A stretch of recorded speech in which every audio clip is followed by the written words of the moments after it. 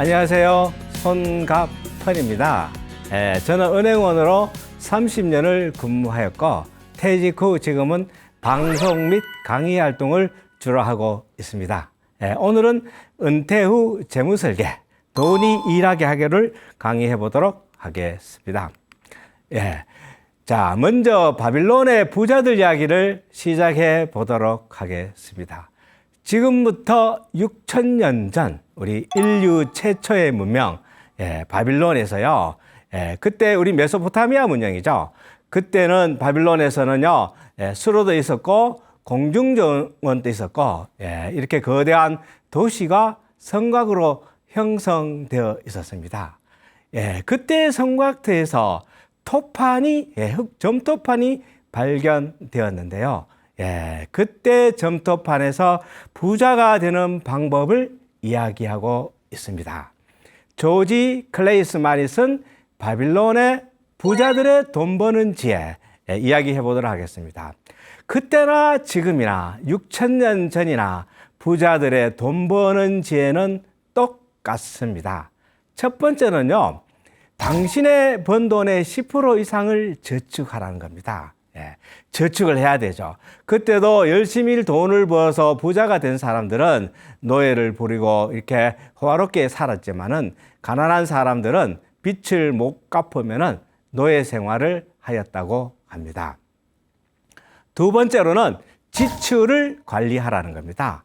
아무리 돈을 많이 벌어도 항아리에 구멍이 뻥뻥 떨어지면은 돈이 쌓이지 않겠죠. 세 번째로는 돈을 굴려 돈이 돈을 벌게 하라는 것이죠. 그때나 지금이나 마찬가지입니다. 투자 활동을 해야 하는 것이죠. 그리고 네 번째는 당신의 집을 가져라는 겁니다. 지금도 마찬가지입니다. 우리의 그 재테크의 첫 번째는 먼저 집을 가져야 되는 거죠. 저는 젊은 친구들하고 가끔씩 소통을 할 때 그때도 항상 가장 먼저 살고 있는 집을 가져라고 합니다. 내 집이 있어야 주거가 안정되어야 재테크가 하는 기본이 아닐까 생각을 합니다.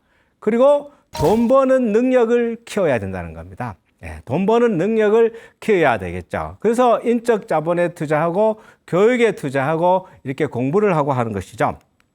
자, 우리가 이제 부의 공식을 알아보도록 하겠습니다. 부자죠, 여기. 부자가 되기 위해서 첫 번째는 저축액을 늘려야 되는 겁니다. 그리고 더하기가 아닌 곱하기죠. 수익률을 높여야 됩니다. 1%, 2% 차이가 얼마 되는 것 같지 않지만은 장기간 시간이 쌓이면은 엄청난 차이가 됩니다.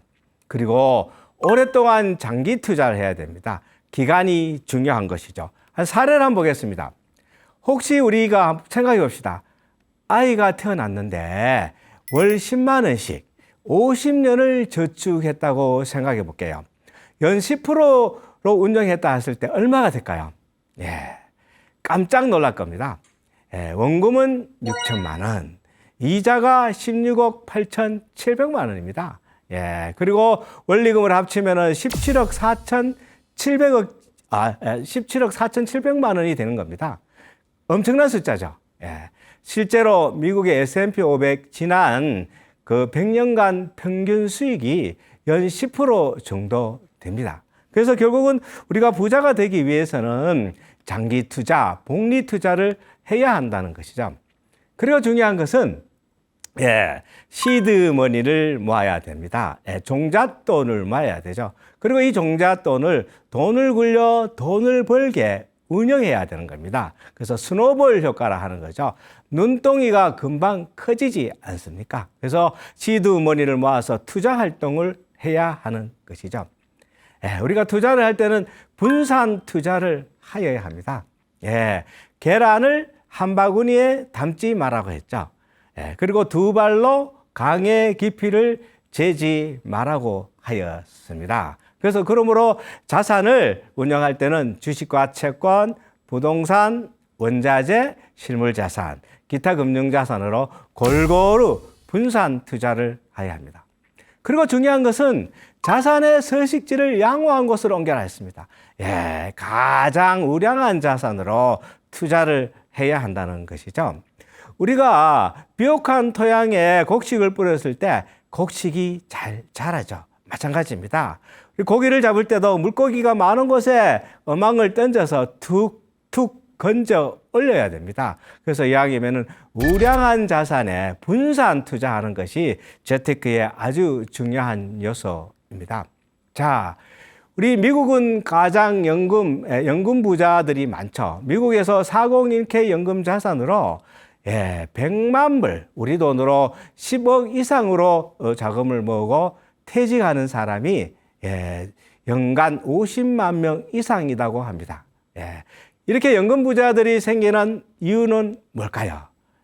바로 장기 투자, 우량 자산에 투자했기 때문입니다. 미국 사람들은 연금 자산을 주로 TDF로 운영을 많이 합니다. TDF는 타켓 데이트 펀드라 해서 젊은 시절에는 주식과 우량 자산 그리고 그 약간 수익률이 높은 곳에 투자를 하고 나이가 들수록 TDF를 채권이나 배당주 위주로 안정된 자산으로 글라이딩 패싱 한다는 그러죠. 그렇게 운영했다고 합니다.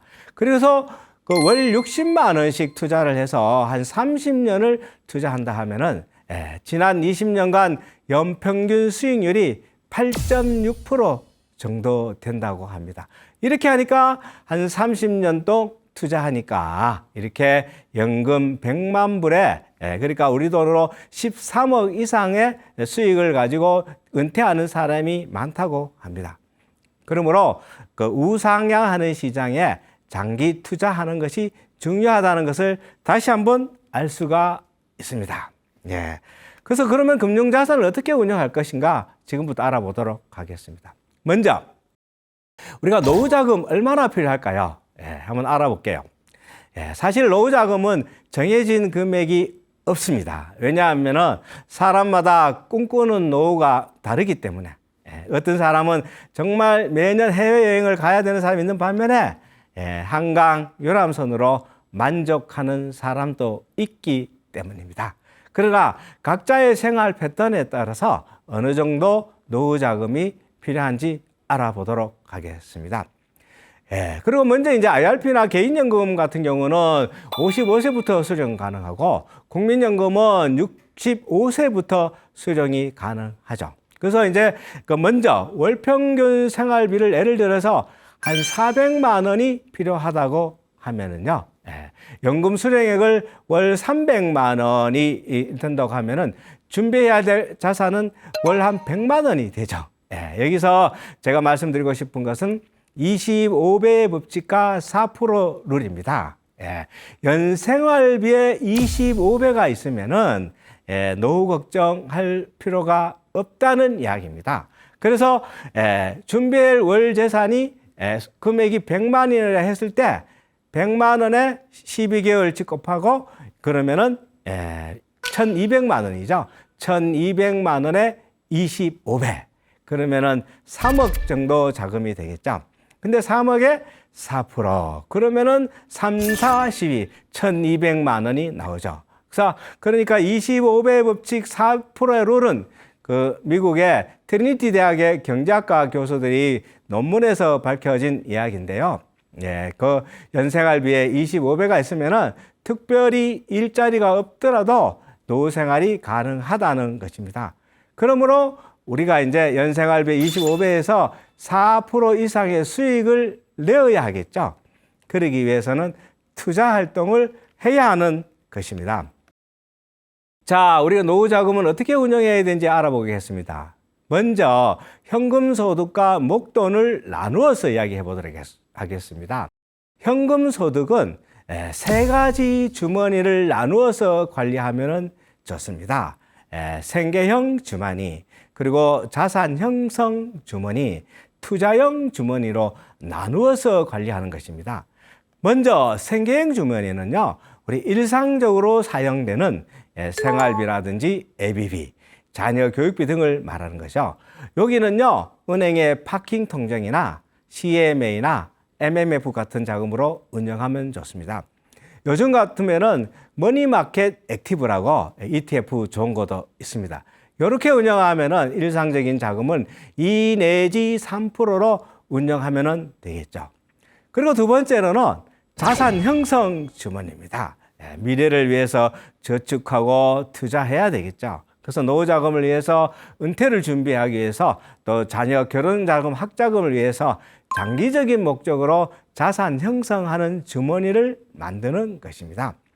여기 운영 방법은 연금저축이나 ISA, ARP, 절세계좌나 비과세 통장을 이용하면 좋습니다. 그리고 적립식 상품, 또 배당주, 우량주 ETF로 운영하면 좋을 것 같습니다. 그리고 마지막으로는 투자용 주머니를 만드는 겁니다. 투자용 주머니는 적극적으로 투자를 하는 것입니다. 투자를 해야 자산이 증식되는 거잖아요. 그래서 자산 증식하고 위험 수용적으로 운용해 보는 것입니다. 그래서 여기 운영 방법은 개별 주식이나 파생이나 골드, 리츠 이렇게 투자해 보는 것입니다. 그리고 우리 목도는 금융자산은요, 이렇게 포트폴리오 분산 투자를 하면은 유대인들은 예전부터요, 투자 3번법으로 투자를 하라 그랬죠. 먼저 부동산 투자를 하고, 그 다음에 사업을 하고, 현금 자산을 가져라 그랬습니다. 왜냐하면 현금 자산은 항상 위기 때 기회를 만들어 주기 때문입니다. 근데 유대인들의 투자 3분법을 요즘의 법칙으로 나눠보면 부동산, 두 번째는 주식입니다. 주식. 사업을 하는 것과 마찬가지죠. 주식을 가지고 있다는 것은 왜냐하면은 주식을 가지고 있으면 내가 회사에 직접 사업을 하는 것과 마찬가지 효과가 있는 거죠. 회사가 잘 되면 수익이 생기고 배당을 받는 거고 회사가 어려워지면 함께 책임을 지는 구조이기 때문입니다. 세 번째는 채권 투자를 하는 것입니다. 채권도 현금과 마찬가지로 언제든지 현금화할 수 있기 때문입니다. 그리고 요즘은 투자 4분법으로 운영하는 것도 좋습니다. 투자 3분법, 주식, 채권, 부동산에서 원자재나 골드 등으로 대체 자산으로 투자하는 방법입니다. 원자재 가격이나 골드, 은, 원유 등은 시장 가격에 따라, 시장 상황에 따라 변동성이 크기 때문에 투자 포트폴리오에 넣어둘 필요가 있을 것 같습니다. 그리고 중요한 것은 지금은 글로벌 시대잖아요. 그래서 미국과 유럽, 중국과 인도 등 해외 투자를 반드시 병행할 필요가 있습니다. 우리나라 시장은요, 전체 글로벌 시장에서 차지하는 비용이 1% 남짓밖에 되지 않는다고 합니다. 그러므로 지금은 전 세계 글로벌 자산에 쉽게 투자할 수 있기 때문에 해외 투자를 반드시 병행할 필요가 있습니다. 그리고 질병사고는 보험으로 커버할 필요가 있습니다. 나이가 들면은요, 밥값보다가 약값이 더 든다는 이야기도 있지 않습니다.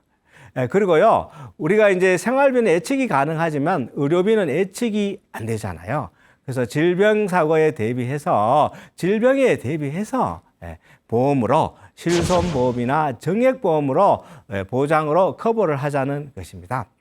그리고 이제 우리가 노후로 갈수록 우리가 적립에서 인출의 시기로 가잖아요. 그렇기 때문에 자산을 곡간형 자산보다 우물형 자산 관리를 하면 좋습니다. 곡간에 쌓여 있는 것이 아니라 현금이 샘물처럼 솟아날 수 있도록 우물형 자산 관리를 하는 것이 좋고요. 그리고 중요한 것은 물가 상승률 이상의 수익을 내야 되겠죠. 물가 상승률보다 적게 수익을 내면은 요즘같이 정기예금 금리가 2%, 3%대일 때는 자산 가격이 디프레이션 되는 건 한 가지이기 때문에 최소한도로 물가 상승률 이상의 수익을 낼 필요가 있습니다. 그러기 위해서는 투자를 해야 하겠죠. 자, 하나씩 알아보겠습니다. 먼저 배당주 투자입니다. 노후 생활에서 우리가 배당주 투자를 하면은 현금이 계속 유입할 수 있고 배당으로 안정된 생활이 가능하기 때문입니다.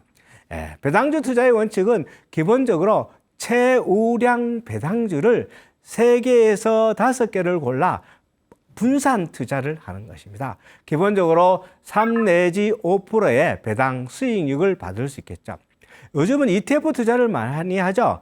미국의 대표적인 배당주 슈드도 아주 좋은 상품이고요. 슈드는 미국에서 배당을 많이 해주는 예를 들어서 코카콜라, 존슨앤존스, 로키드 마켓 이런 회사 100개를 모아놓은 배당주 ETF거든요. 그리고 유로 배당 30, 이것도 좋은 ETF고요. 우리나라에도 고배당 저변동 ETF가 많이 있습니다. 그래서 우량 배당주를 하는 ETF 투자도 괜찮은 방법이지 않을까 생각합니다. 배당주 투자는 장기적으로 안정된 배당 수익을 받을 수 있고 또 주가는 기본적으로 길게 보면은 우상향하기 때문에 노후 생활에서 우량 배당주 투자도 좋은 방법이 아닐까 생각을 합니다.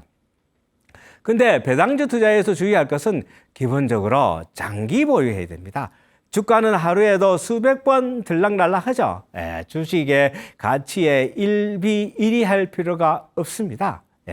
주가보다는 주식 수익을 모아서 배당 수익을 누린다는 방향으로 그리고 가능하면은 개별 주식보다가 ETF, 인덱스 ETF가 바람직할 것으로 생각되고 있습니다. 우리 투자의 그루 하면 워런 버핏이죠. 워런 버핏이 올 연말에 은퇴한다고 하죠. 워런 버핏은 $100로 주식 투자를 시작해서 지금 현재 자산이 우리 돈으로 192조 정도 된다고 합니다. 워런 버핏의 투자 원칙은 기본적으로 가치 투자, 50년 이상으로 밸류에이션이 높은 주식에 장기 투자를 한 것이거든요. 철저하게 가치주에 투자하고 배당을 증액해 주는 데 투자를 하고 장기 투자를 했답니다. 워런 버핏이 좋아하는 종목이 애플, 코카콜라, 뱅크 오브 아메리카, 아메리칸 익스프레스 이런 주식입니다. 그래서 이렇게 장기적으로 투자하니까 이렇게 그리고 또 이제 그 이자 배당 소득을 생기면은 반드시 재투자를 하니까 이렇게 큰 부를 이루었다고 합니다. 워런 버핏이 흔히들 많이 하죠. 많이 하는 이야기가 있습니다. 어떻게 이렇게 주식 투자를 잘하고 돈을 잘 벌었냐 하니까 워런 버핏이 하는 말이 있습니다. 잦은 매매를 하지 말라는 겁니다. 야구 방망이를 두고 타석에 들어서거든 야구 방망이를 자주 휘두르지 말라고 했습니다. 3번만 잘못 휘두르면은 삼진 아웃이 되기 때문입니다. 주식을 10년 이상 갖고 있지 않으려면은 10분도 가지고 있지 마라 그렇습니다. 그러므로 장기 투자하는 것이 정답일 것 같습니다.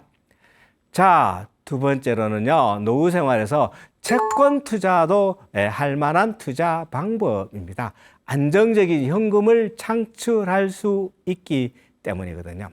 채권은요, 기업이 자금을 조달할 때 발행하는 증서입니다. 국가가 발행하면은 국채, 지방정부가 발행하면은 지방채, 기업이 발행하면은 회사채죠. 근데 채권 가격은 금리와 반대로 움직입니다. 가만히 생각해 봅시다. 지금 금리가 10%입니다. 근데 금리가 떨어져서 5%가 되었습니다.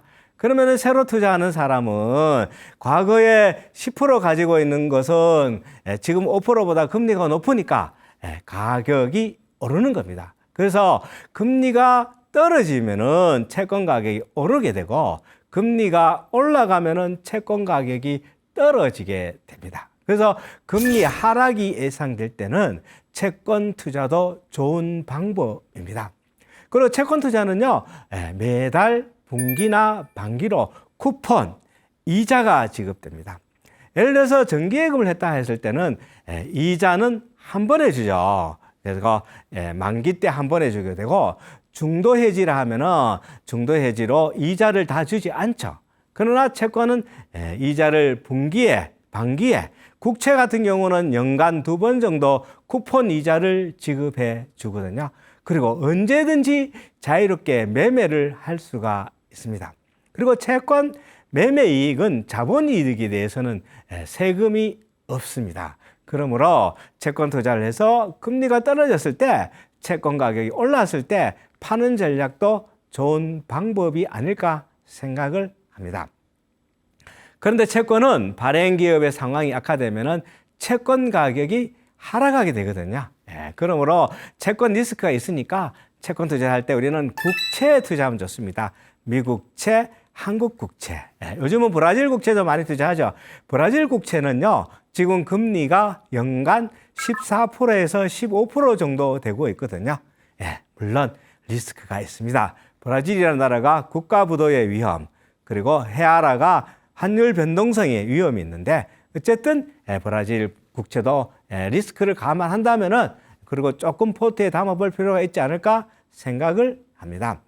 그리고 채권 투자를 할 때는요, ISA, 개인 종합 자산 관리 계좌로 투자를 하면은 비과세 혜택을 받을 수가 있습니다. 그러면 안전한 채권 투자 어떻게 할까요? 한번 알아보도록 하겠습니다.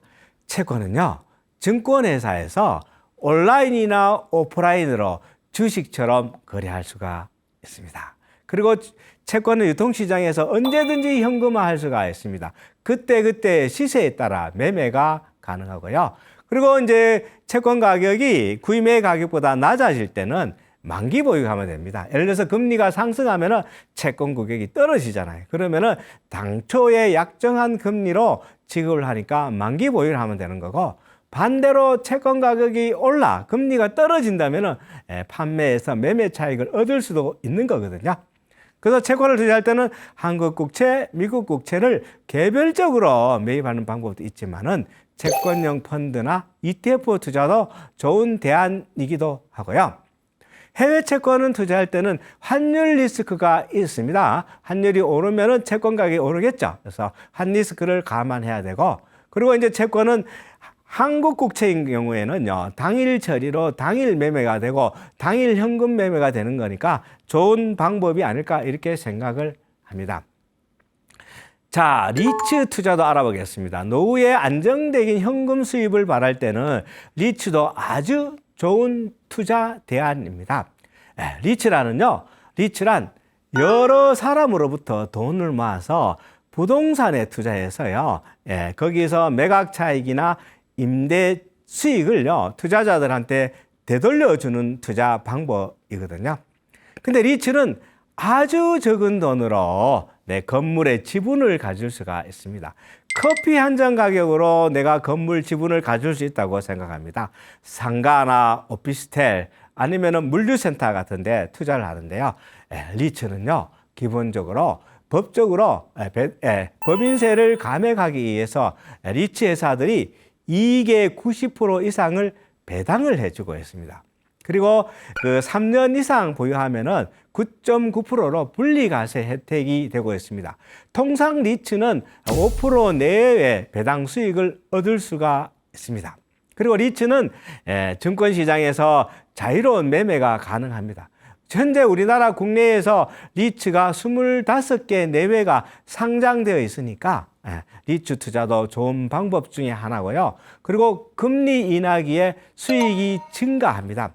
왜냐하면 리츠라는 부동산을 매입할 때 은행에서 차입을 하고 투자자들의 자금을 모아서 투자를 하는데, 금리가 인하하면은 배당 수익이 늘어나기 때문입니다. 자, 이번에는 금 투자 방법에 대해서 알아보도록 하겠습니다. 지금 금 한 돈 가격이 얼마일까요?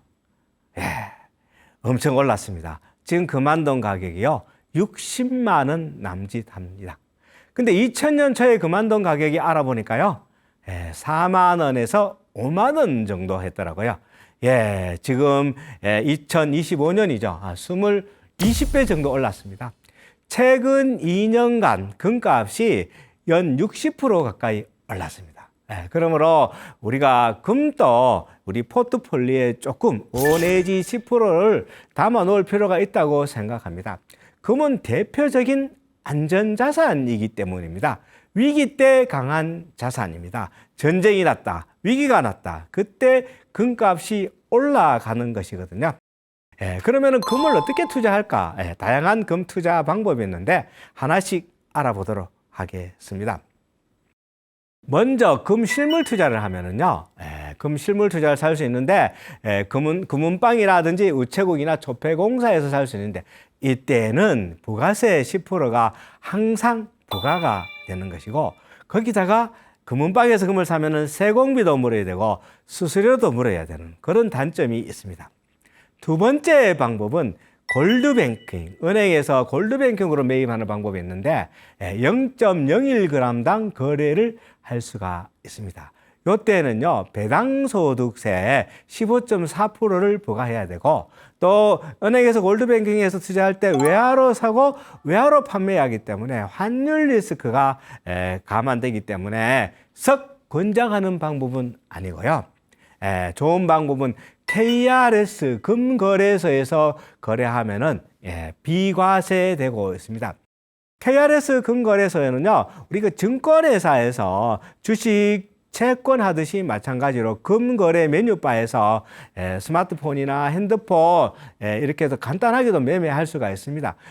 그 증권사에서 그람당 거래하고 있거든요. 지금 1g당 14만 원에서 15만 원 정도 하는데, 가장 큰 장점은 수수료가 별로 없고, 두 번째 비과세라는 점에서 이렇게 추천하는 방법 중에 하나입니다. 그 다음에는 금 ETF를 사는 방법입니다. ETF도 마찬가지로 금 ETF 매매 차익에 대해서 15.4% 배당소득세를 부과해야 되는 거거든요.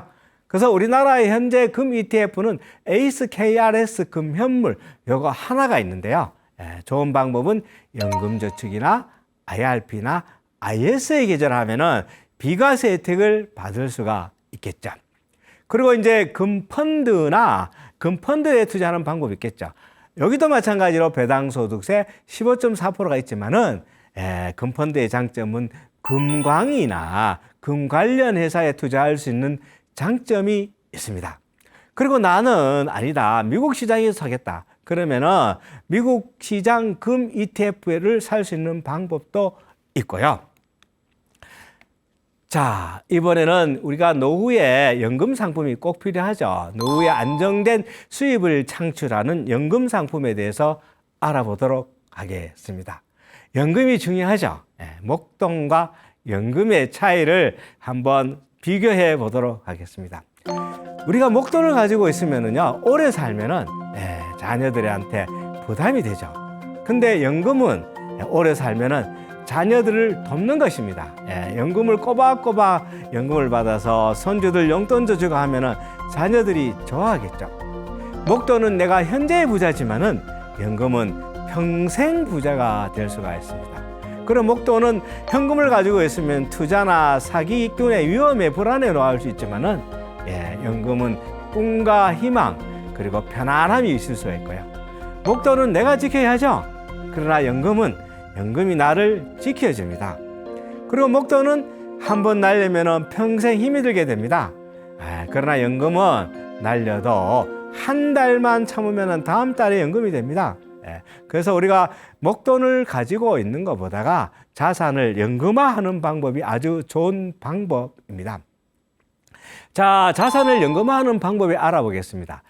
먼저 연금으로 축적하는 방법입니다. 연금으로 축적하는 방법은 국민연금, 퇴직연금, 개인연금, 개인형 IRP, 연금보험으로 젊은 시절부터 노후를 대비해서 꾸준히 축적하는 방법이고요.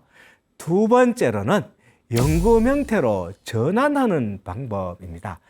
대표적으로 주택연금, 그리고 목돈을 애취해서 매월 연금을 받는 즉시연금, 그리고 그거 요즘 많이 하고 있죠. 월배당 ETF도 연금 형태로 전환하는 방법이고, 또 부동산이 있다면 임대 수익으로 매달 수익을 창출하는 방법이고, 그래도 노후 생활 자금이 모자랄 것 같으면 일자리로 현금을 창출하는 것도 연금 형태로 전하는 방법이 아닐까 생각을 합니다. 자, 하나씩 알아보겠습니다. 먼저 국민연금입니다. 국민연금은요, 우리가 18세에서 60세까지 납을 하는데요. 국민연금은 기본적으로 수령하는 나이가 그 출생 연도별로 다르거든요.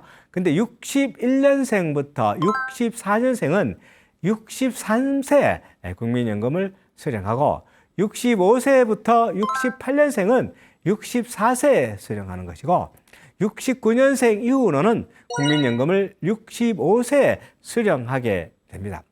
근데 국민연금을 수령할 때 조기 수령하는 방법이 있습니다.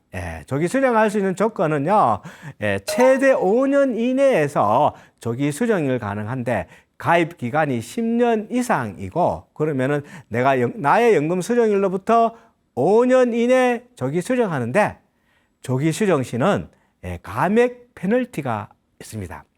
1년에 6% 감액 페널티. 꽤 크죠? 예를 들어서 5년을 조기 수령했다 하면은 30% 감액이 되는 겁니다. 그럼 어떤 사람이 조기 수령하면은 좋을까요? 건강에 문제가 있는 사람, 그리고 내가 당장 현금이 필요한 사람, 이런 사람은 조기 수령하면 좋지만 가능하면은 조기 수령을 안 하는 방법이 권장하는 방법입니다. 그리고 국민연금은 연기 수령도 가능합니다. 최대 5년 동안 연금 지급을 연기를 할 수 있거든요. 근데 연기를 하면은 1년에 7.2%, 꽤 크죠? 1년에 7.2%의 연금액이 증가합니다. 그러면은 5년을 연기 수령하면은 36% 연금이 늘어나는 겁니다. 100만 원 연금을 받던 사람이 136만 원을 받게 되는 거니까 꽤 크죠? 그러면은 어떤 사람이 연기 수령을 하면 좋을까요? 첫 번째, 오래 살고 같은 사람, 건강 관리를 잘한 사람. 왜냐하면은요, 국민연금은 사망 시까지 종신토록 받는 거니까 연기 수령도 좋은 방법 중에 아닐까, 이렇게 생각을 합니다. 그러면은 어떻게 하면은 우리 국민연금을 많이 받을 수 있을까? 먼저 거래 가입 기간을 늘리는 방법입니다. 대표적인 방법이 임의 계속 가입 제도입니다. 원래 국민연금은 60세까지 불입하는데 내가 60세 지나도 내가 희망하면은 연금을 수령할 때까지 계속 넣을 수가 있습니다. 바로 임의 계속 가입 제도이고요. 그리고 이제 추가 납입 제도입니다. 내가 직장 생활 하다가 경력 단절이 되든지 여러 가지 사유로 국민연금을 못 넣은 기간이 있잖아요. 그러면은 10년 범위 안에서 내가 못 넣은 부분에 대해서 추가 납입 제도를 활용해서 연금 수령을 늘려나는 방법도 좋은 방법이 아닐까 생각합니다. 그 다음에는 임의가입입니다. 임의가입 제도. 국민연금 가입 대상자가 아닌 사람이 국민연금을 희망하면은 가입할 수가 있습니다. 예를 들어서 주부는 일정한 수입이 없기 때문에 국민연금을 가입하지 않아도 되지만은 노후를 위해서 임의가입을 하면 됩니다. 그래서 10년 이상으로 임의가입을 하면은 국민연금을 받을 수가 있습니다. 가성비 높은 연금보험료는 현재 중위수 소득 기준으로 하면은 9만 원 정도 납입하면은 되고요. 그리고 이제 부부가 같이 국민연금을 가입하고 있으면은 노후가 든든해지겠죠. 그리고 이제 부부 중에 한 명이 미리 사망한다 그러면은 기본적으로 배우자가 받던 유정연금의 60%를 받게 되거든요. 20년 이상 가입한 경우에. 그러나 또 이제 그 배우자가 같이 연금을 가입한 경우에는요, 유정연금의 60%를 받든지 또는 본인연금 플러스 유정연금 30%를 선택할 수 있으니까 노후가 좀 더 탄탄해지지 않을까 생각합니다. 그리고 이제 국민연금을 많이 받는 방법 중에 하나가 연기 수령입니다. 아까도 말씀드렸지만은 1년에 7.2% 연금 증가는 꽤 큰 금액입니다.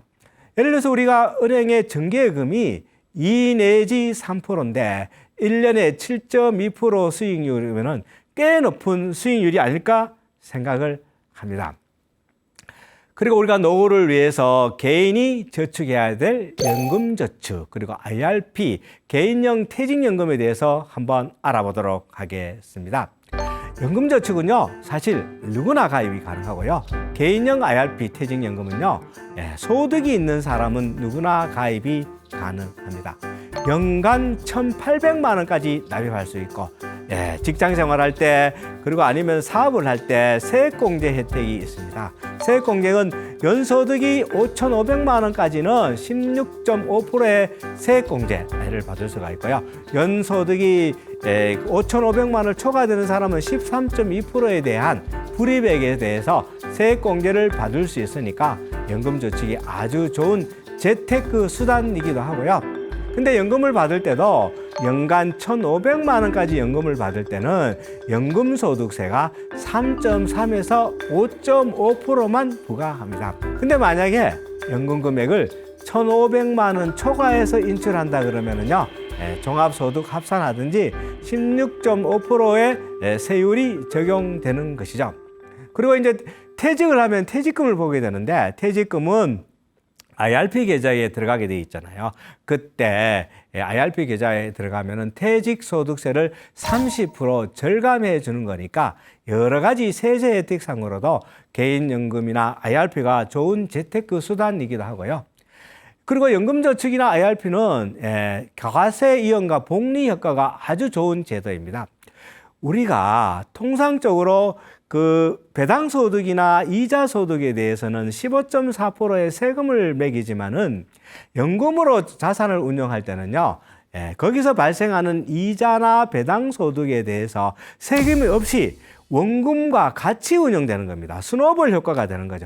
같이 운용하다가 55세 이후에 연금을 받을 때 그때 과세를 하는데 과세 금액도 3.3에서 5.5%만 부과하기 때문에 재테크에서 아주 유용한 수단이 되고 있습니다.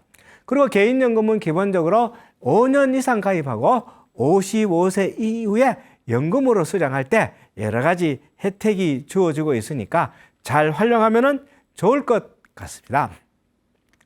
자, 우리 주택연금 제도를 알아보겠습니다. 주택연금은요, 노후의 최후의 보루입니다. 주택연금 가입 조건은요, 부부 중 1인이 55세 이상이면은 주택연금을 가입할 수가 있고요.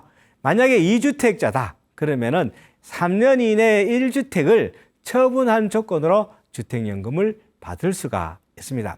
현재 주택연금은 공시가 기준으로 12억 이하까지 받을 수가 있는데요. 주택연금은 평생도록 받을 수가 있고, 그리고 해당 집에서 평생 거주하면서 종신도록 받을 수 있으니까 아주 좋은 연금이고요. 그리고 국가가 공적으로 보증해 주는 거고, 그리고 내가 주택연금을 받아서 주택연금 받은 금액이 주택금액보다 많아진다 하더라도 청구하지 않습니다. 그리고 연금 금액이 주택가격하고 청산해서 주택가격이 남는다 그러면은 상속되기 때문에 좋은 노후에 좋은 제도로 활용하기에 아주 좋지 않을까 생각합니다.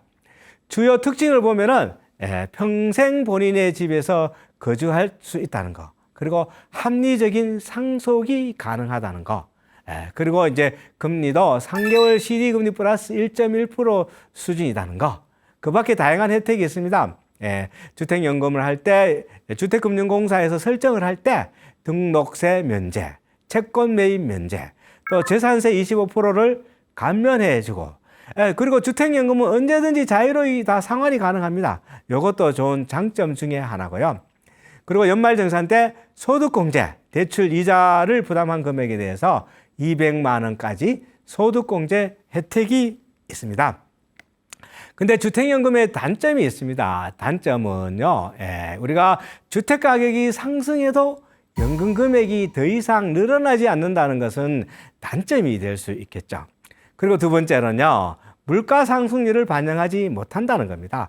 국민연금이나 기타 공적연금은 물가 상승률을 반영해서 연금 금액이 계속 늘어나죠. 근데 주택연금은 해당 금액이 정해지면은 그 금액으로 계속 지불 받을 수 있으니까 연금 가치가 떨어질 우려가 있는 부분이 단점이 될 수가 있습니다. 그리고 비용이 발생한다는 점입니다. 최초 연금 수령 시에 보증료 1.5%를 부담을 해야 되는데 이 금액은 환급이 안 된다는 것이고, 그리고 월 보증료, 매달 연금 받는 금액의 0.75%를 열 보증료를 내야 된다는 것이죠. 그리고 주택연금은 중도 해지 시에 재가입이 안 됩니다. 동일 주택에 3년 동안 재가입이 안 되니까 이런 단점도 있다는 점을 우리가 이해할 필요가 있습니다. 그러면은 우리가 주택연금을 가입했을 때 어느 정도 받을 수 있을까? 얼추 한번 살펴보도록 하겠습니다.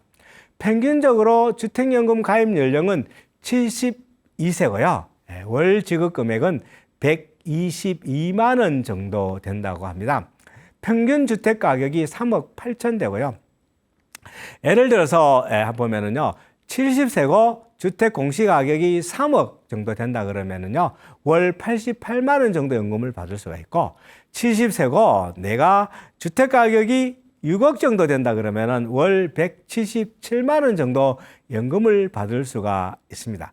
주택연금은 기본적으로 주택 가격이 비싸고 또 나이가 들어서 늦게 받을수록 연금을 많이 받는 구조로 생각하면 될 것 같습니다. 65세 12억 주택이다 그러면은 월 288만 원 정도 연금 수령을 할 수 있을 것으로 예측하고 있습니다. 그리고 이제 마지막으로 즉시연금에 대해서 알아보도록 하겠습니다. 즉시연금은 목돈을 보험사에 보험료로 납부하고 종신토로연금을 받든지 일정한 기간 10년이나 20년 정해진 기간 동안 연금을 받을 수 있는 확정기간형 연금이 있고, 그리고 상속형 연금, 이자만 꼬박꼬박 받다가 원금은 상속되는 형태의 연금 제도를 선택할 수가 있습니다. 기본적으로 보험 상품은요, 1억 원 이내의 상품은 비과세거든요. 1억 원 이내고 10년 이상 상품은 비과세니까 비과세 혜택을 누릴 수 있고, 그리고 금융소득 종합과세에도 제외된다는 장점이 있습니다. 즉시연금을 수령할 때 어느 정도 수령할 수 있는지를 한번 살펴보도록 하겠습니다. 예를 들어서 금리가 3.5% 수준이라고 가정할 때는요, 1억 원에 내가 즉시연금으로 예치를 했다 하면은 10년으로 계산한다 그러면요, 아마도 연 1,200만 원 정도를 수령하고 10년 후에는 금액이 제로가 되겠죠. 상속형 연금으로 내가 1억 원을 예치했다 그러면은 금리가 3.5%일 때 연한 350만 원 정도 수령을 하고 사망 시에 1억 원은 상속하는 구조가 되겠죠. 그리고 종신형 연금은 사망 시까지 연금을 계속해서 지급받을 수 있는 방법이거든요. 그러면은 종신연금을 선택했는데 종신연금을 받고 금방 사망해버리면은 손해가 날 수 있잖아요. 그래서 최저 지급 보증 기간을 운영합니다. 통상 한 20년 정도 최저 지급 보증 기간을 운영하고 있습니다. 2억 원의 종신연금을 즉시연금으로 넣었다 그러면은 20년 보증에 월 한 70만 원 정도 연금액을 수령할 수가 있습니다. 생각보다 금액이 적을 수가 있겠죠? 이거는 왜냐하면은 보험회사에서 평균 수명을 83세 정도 예측한 게 아니라 100세 이상 사는 걸로 예측하고 연금 금액을 산정했기 때문입니다.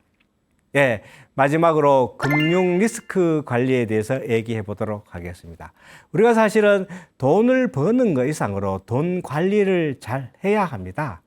우리가 돈 관리를 잘못해서 사기를 당하든지 보이스피싱, 스미싱을 당하든지 여러 가지 어려움에 좋습니다. 귀중한 목돈을 잘 관리하는 것도 중요하지 않을까 생각합니다. 이상으로 그 노후의 은퇴 설계, 자금 관리, 돈이 돈을 벌게 하라 강의를 마치도록 하겠습니다. 감사합니다.